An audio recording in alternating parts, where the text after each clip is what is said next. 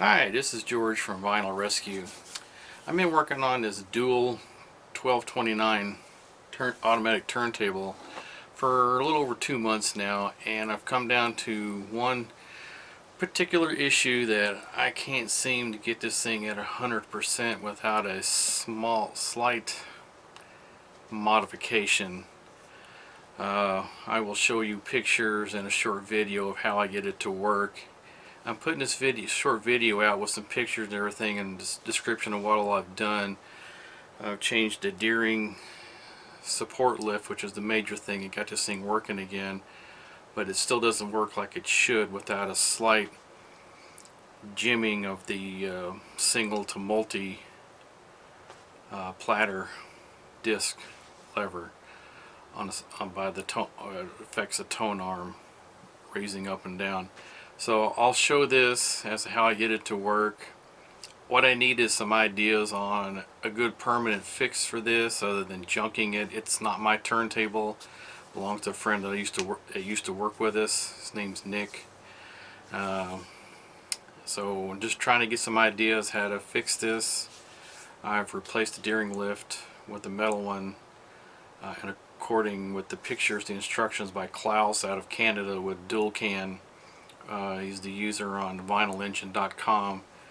His pictures and instructions were very helpful. I did the best I could with the tools and the materials I have. Everything's worked out really great. It's just I have to jimmy the switch a little bit to get it to work perfectly. What I mean by perfectly is tone arm will go up, it'll move over, go down, but it won't float and be moved with the anti-skate unless I jimmy the switch. So I'll show this in a video. So need some help? Thanks. Give me some comments and feedback. Thanks. Bye.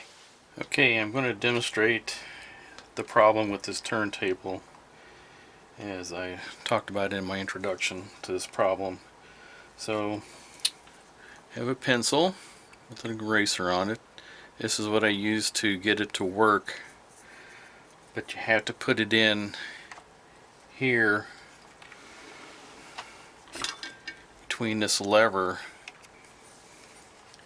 like this to free up something in here where the support lift is in order for it to work properly. So let me move this back.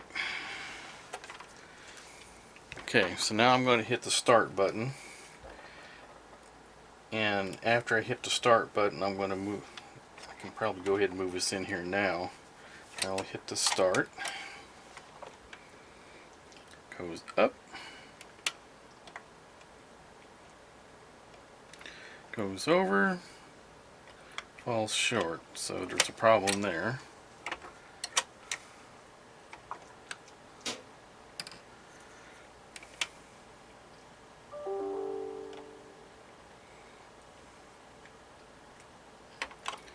Alright. Okay. Now I'm going to put this in just before it hits, because putting this in beforehand is having it drop short. So let's try it again.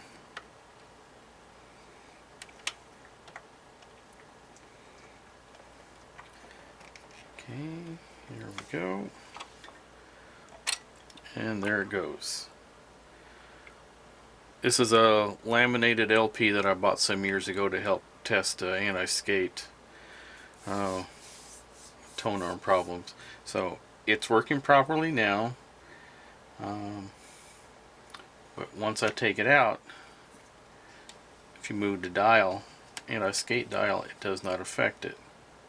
So if I put it back in like this and I use the dial, you can see that it's working properly and it's free floating like it should.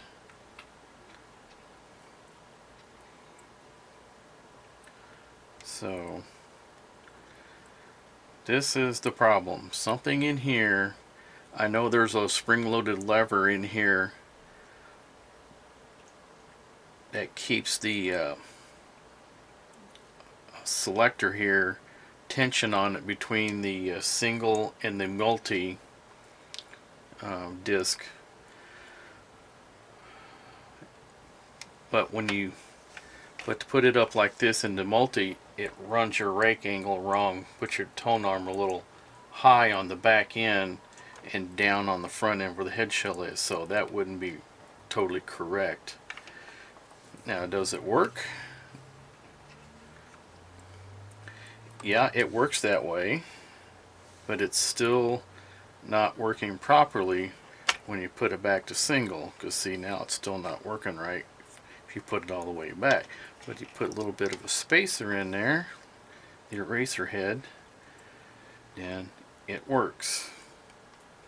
So I'm not sure if I should try to disconnect this lever in here, which has a roller on it that rides on the inside piece here to keep the tension between the single and the multi. I'm not sure if that would fix it, or if this is just a problem with this turntable that somebody's gonna have to live with. I don't know, or if it's just junk material. I hope not. This is made in 1972 in then what was called West Germany, which is Germany now, and it is a tank of a turntable, but I can't seem to fix this specific issue here. I don't know if anybody out there has any recommendations, or if you've run into this exact same problem. So would like to get this thing going properly. I have changed out the Tonearm wiring, which I've not tested out yet because I've not been able to get past this issue. So, but when I put a regular LP on and it drops down, without putting the eraser head in, it stays in a single track and just stays. But once you put the eraser in there, it does follow and finish the LP out. So even if you go out like this, it does return, but you're going to take the pencil out, so it'll come back and come to a full stop and down. So I hope somebody's got some kind of fix on this. Thanks.